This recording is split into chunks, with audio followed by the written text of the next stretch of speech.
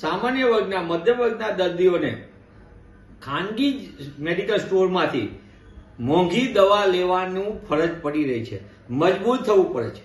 કોણ જવાબદાર? આરોગ્ય વિભાગ. જે આરોગ્ય વિભાગ વારંવાર એના કારનામાં કાન ગેરજવાબદારી માટે તો ફંકાયેલું છે, પણ હવે પાયાની દવાઓ ઉપલબ્ધ કરાવવામાં પણ નાકામ હોય અથવા તો જાણી જોઈને ખાનગી દવાના વિક્રેતાઓને કમાવી આપવાનો ખેલ પાડતી હોય તે રીતેનો આખું સુનિયોજિત ચાલે છે. મારી કોંગ્રેસ પક્ષ તરીકે માંગ છે કે રાજ્ય સરકાર પોતાના મળતિયાઓની ચૂંટણી ફંડ મેનેજરોની સ્વાસ્થ્યની સુરક્ષા માટે એમના આરોગ્ય માટે બહુ ચિંતિત હોય છે, પણ ગુજરાતના 6 કરોડ નાગરિકોના સામાન્ય લોકોના ગરીબ લોકોના આરોગ્ય માટે ચિંતા કરતી નથી એવો મારો સ્પષ્ટ આરોપ છે.